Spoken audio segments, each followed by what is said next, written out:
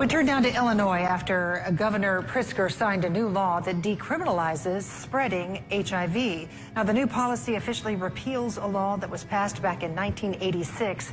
There have been 8 people who were convicted on the law since it was enacted. The AIDS Foundation of Chicago says 80 have been charged, but for that foundation, this is just as much about breaking a stigma. What's up, family? The Democrat governor of Illinois just signed a law that removed criminal penalties for certain HIV transmission cases. And a lot of people are trying to figure out what that actually means. I'm not making this up. We're going to walk through it. At the same time, you're seeing HIV cases rise in places like Chicago, especially within certain communities. And those two conversations happening at the same time raise some serious questions, real talk. I got the receipts and we're going to break it all the way down. You know what's interesting about what we're seeing right now? There's a relatively small portion of the population that continues to make up a disproportionately large share of new HIV cases. And that's only based on the cases we actually know about. The reality is there are a lot of people who never get tested, never go to the doctor, and never show up in the data at all, which means the real number is likely higher than what's being reported. So when you see these numbers rising, understand you're not looking at the full picture. You're looking at a snapshot.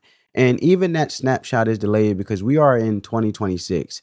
And much of the data being discussed in this news clip that we're about to see comes from 2023 and 2024, which means it's already behind reality.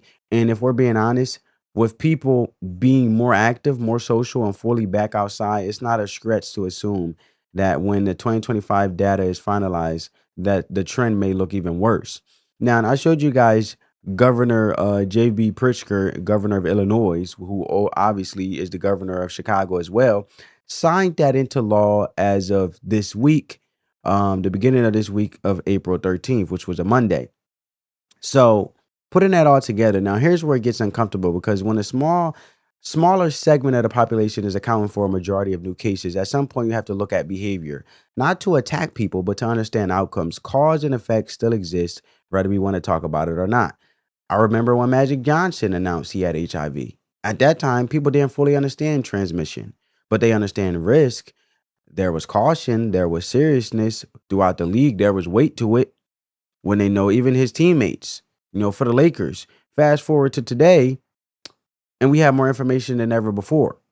But like I said, even Magic Johnson teammates and none of the individuals wanted to play against him in the NBA that was playing against the Lakers. Nobody within his team, within the Lakers, wanted to be around Magic when they found out he had HIV because of the transmission caution being taken. So having more information today than ever before, we understand how it spreads. We have access to testing, and there are new preventative measures available. So this isn't an awareness issue the way it used to be. This is a decision-making issue. In my view, what we're seeing is a cultural shift where risk is being normalized and consequences are being downplayed. And when you normalize risky behavior, you shouldn't be surprised when risky outcomes follow. That's not judgment, that's reality. Because at the end of the day, there are ways to significantly reduce your risk, but those only work if people actually use them.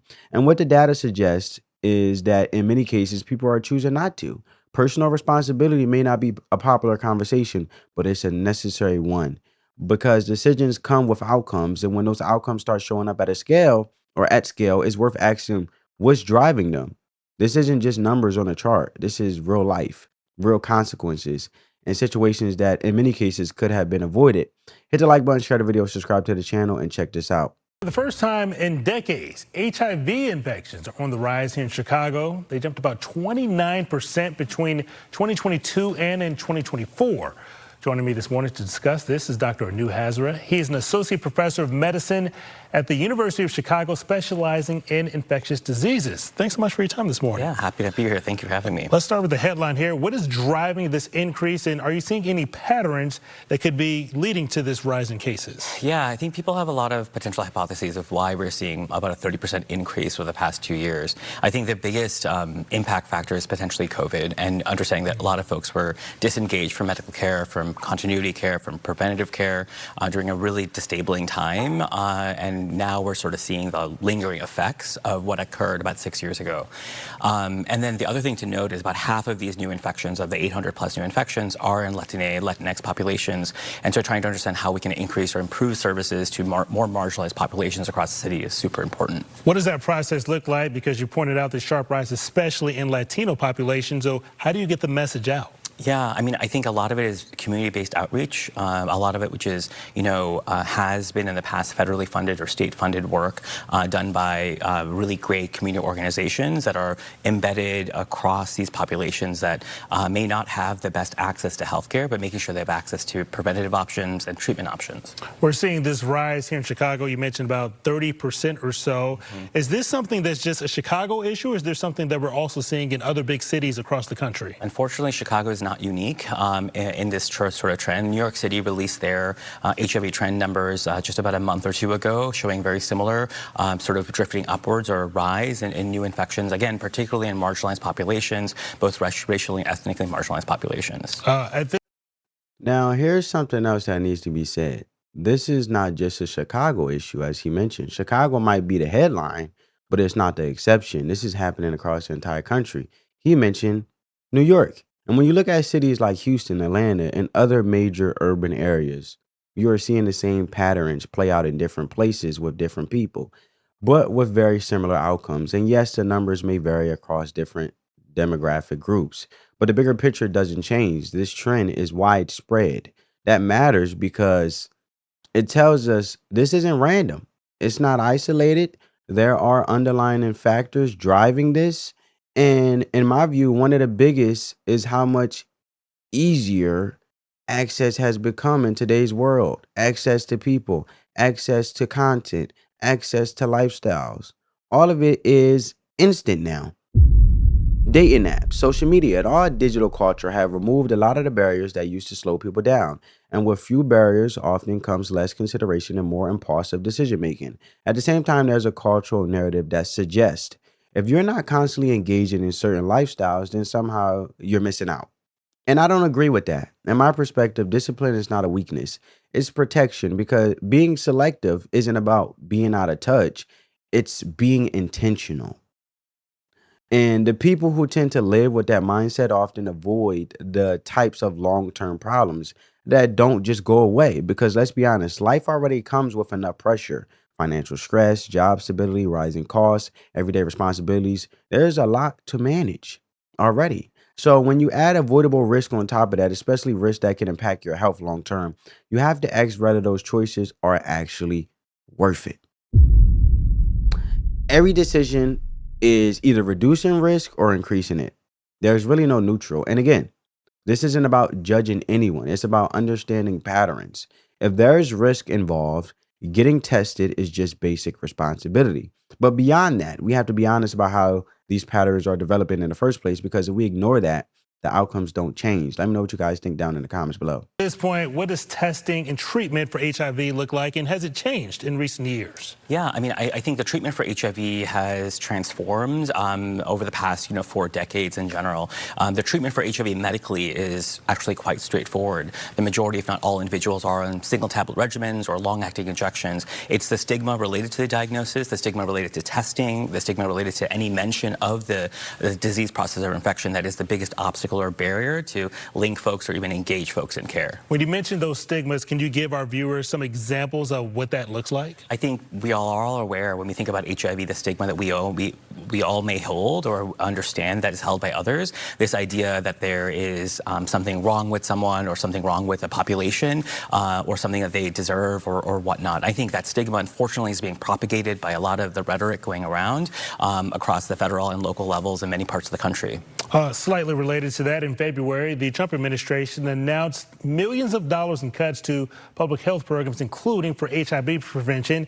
What impact can that have in some of this rise in cases that we're seeing? Yeah, I think that's probably what keeps all us up at night. These numbers are occurring at a time when HIV was fully funded, when programming for HIV both at the CDC level and at the DHH level were fully funded. And now we're facing sort of ongoing budget cuts year after year over the past 18 months. And we will only see these numbers continue to rise and impact other populations as well. Dr. Anu, as we're seeing these numbers rise, what does success look like with the numbers heading in the opposite direction?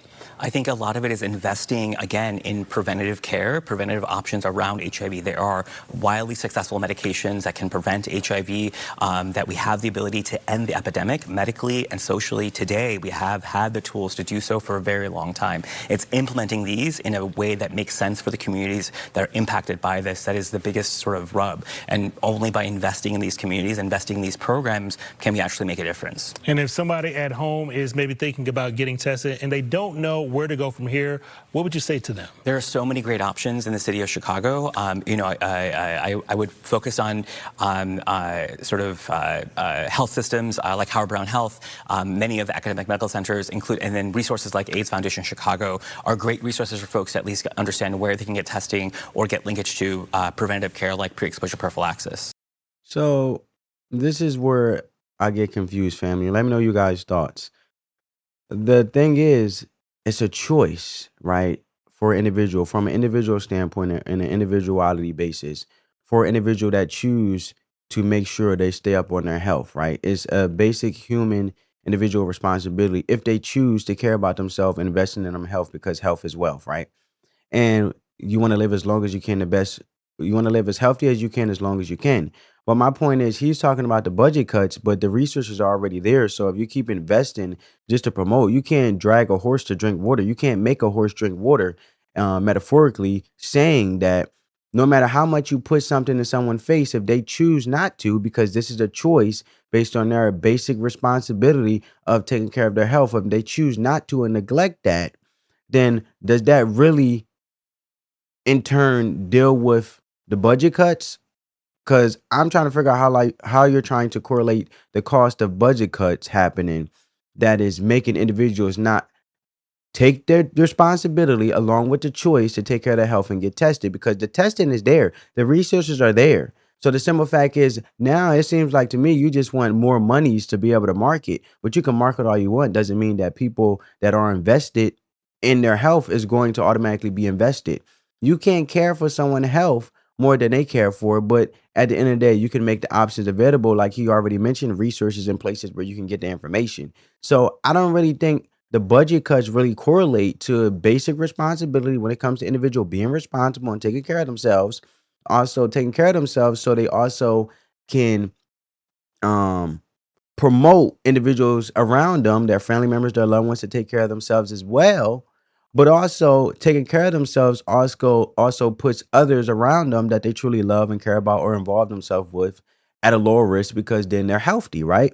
Because if you're not healthy and then you're putting in jeopardizing someone else's health that you continue to surround yourself with, whether you guys are in a relationship, boyfriend or girlfriend, whatever the case may be, and they are not aware of it, which also seems to me that the information is there, but then you have the governor, JV Pritzker, is basically promoting where, okay, even if you do have it, you don't have to disclose that to anyone else, on top of individuals who already don't want to take on a basic responsibility to take care of themselves so they don't harm another person that they're around, may it be their lover or whoever the case may be, or they may be intimate, be intimate with, or whatever the case may be.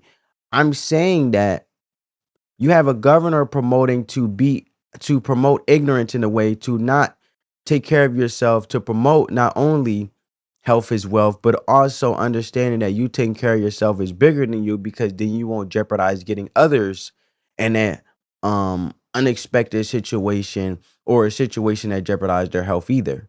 Because hurt people, right? So now you got a bill signed, or an individual who may be with somebody, let's say, for example, in a relationship, and they decide to get intimate in any way, shape, or form, however that can cause or make risk high for transmission of HIV amongst their relationship. And then how is the individual that they say they love, they're in a relationship with, have their best interest, if it should be disclosed out of respect for the health of the next person, so they don't have to be they're having their health at stake. But now you have a governor saying you don't have to disclose that information, even if it's your lover. So they already have a choice not to. Now that's being promoted, and the standard isn't even the standard to disclose it to stop the escalation of HIV spread, because now a bill has been signed by the governor to not have to disclose it, which then promotes more ignorance in my perspective. Let me know what you guys think. You get where I'm going with this, family? It seems as though the investment is there already. The resources, the testing, the information, how much more investment you need besides the research will take place within the scientists and in due time. But I don't believe the funds have to be spread out through so many states. If you have a sole place that may, do research, right, in regards to that place, certain institutions that are already doing the research, how much money are we going to be spread wide based on American taxpayer money just to say that we need to have this research done in all these places when it's already being done and consistently being done? It's just not being done in the simple matter of all this money being forked over to so many places. So I don't think that the science and the researchers is not evolving. It just the funding isn't being put in Chicago institutions specifically, but that doesn't mean that it's still not being implemented to be funded to continue to do the testing, to evolve, to make sure we stay on top of preventative measures for HIV, even though the resources are there and you can't force nobody to do it. You only can control what you can control. You can have all the information you want, but people don't want to gain the information. Now let's take it a step further, because like I said, behavior doesn't happen in a vacuum is my whole point of why I'm saying this, and just me trying to ask questions and understand this more. I wish I was actually there with this doctor, because I'm curious, right? And I'm having a conversation with you guys and we kicking it. But policy matters, and policy sends signals, whether people realize it or not. And then you got in Illinois, like I've been saying, Governor J.B. Pritzker signing a House Bill 106, which replaced a law or repealed the law from 1986 that made it a felony for someone who knew they were HIV positive to engage in certain high-risk activities with disclosure, including unprotected sex, sharing needles, or donating blood. Let's say, for example, a guy's with a girl. The man has HIV that he's with, and she don't want to be with him no longer. But he transmit this without her knowledge, out of spite, because hurt people hurt people. That's hurtful. That's traumatic, right? But that law is now gone for it to be a felony as a standard. And HIV is treated under broader public health laws instead of having a specific criminal statute. And supporters of this change argue that previous law was outdated, that it contributes to stigma, that modern medicine has changed how HIV is managed and transmitted, and that perspective deserves to be acknowledged. But from my perspective, this is where things get concerning, because laws don't just punish behavior, they set the standards. They define expectations. That's what I've been saying this whole time. They draw the line around what society considers responsible conduct, especially when other people's health is involved in at stake. And when you remove a law like that, the risk isn't just legal, it's cultural. Because it can send a signal, whether intended or not, that accountability is being softened in situations where the stakes are still very real. Choices, right? From a conservative viewpoint, this is where the principle of personal responsibility becomes critical. Freedom has never meant freedom from consequences, especially when your actions can directly impact someone else's behavior. And when policy begins to move away from reinforcing that idea, you have to ask what fills that gap. And it also wonders, as Governor J.B. Pritzker being elected as a governor, as a public official, if it happened in his backyard, let's say for Chicagoans that may feel this way, because it also gives off this type of energy from being a public official of some form of ignorance. Like, okay, well, it's not happening to me. I'm not being put in that situation. So let it be a choice to others, but they don't have to disclose if they have that HIV that they may transmit or give to a loved one and without their knowledge. So it goes to that saying of, you know how a lot of people don't want you to be successful if they're not successful, where it seems like as a public official, oh, well, it's not happening to me. So just because it's not happening to me, it doesn't mean that other people can't do it. That's what it gives off, that type of energy. Am I wrong, family? As always, we just having a conversation, but it gives off that cultural influence on me. Like, oh, well, it ain't happening to me, so I don't care. I don't put myself in a situation. But let others have this choice of cultural influence where they don't have to disclose it. And if it happens to happen to somebody who gets caught in a crossfire of their health being at stake without their knowledge, then so be it. That's what it gives off. As a public official and having the best interests of constituents. And also it correlates because now in the rising of HIV and AIDS is contributing to is a contributing factor, right? So if the expectation isn't clearly defined at a legal level, then it has to be reinforced at the cultural level. And right now, that reinforcement isn't always there. Incentives matter, standards matter, and clear boundaries matter. And when those boundaries become less defined, behavior often follows. Prevention will always be more effective than trying to manage consequences after the fact. And any approach that weakens accountability, even unintentionally, risk moving us further away from that goal. And when you step back and look at everything together, the data, the cultural trends, and the policy decisions, it paints a bigger picture than most people are willing to acknowledge. This isn't just about one city. It's not just about one group. This is a broader shift in how risk is viewed, how responsibility is handled, and how consequences are understood in today's society. And in my view, that shift is moving in the wrong direction because the truth is a lot of what we're talking about here is preventable. Not easy, but preventable. And that's exactly why it's worth having an honest conversation about it. Avoiding the conversation doesn't protect people, it leaves them uninformed. This isn't about blaming or shaming anyone because that doesn't solve anything. But what does matter is being real about cause and effect. What does matter is encouraging people to make decisions that protect their future instead of putting it at risk. Because at the end of the day, most people want the same outcome. They want to be healthy, they want stability, they want peace of mind. The difference comes to the decisions that lead there. And in a culture that often prioritizes short-term gratification, with the social media and everything I mentioned earlier, over long-term outcomes, sometimes the most viable message is the one that tells you to slow down, think ahead, and move with intention. So the takeaway is simple. Be informed, be intentional, and take responsibility for your decisions because nobody is more invested in your future than you are. If you got value from this, drop your thoughts in the comments, hit the like button, share this video with someone who needs to hear it, subscribe to the channel, turn on your post notifications so you don't miss what we drop next. Catch you the next one. As always, we just having a conversation. Spread that peace, love, and positivity, family. Peace.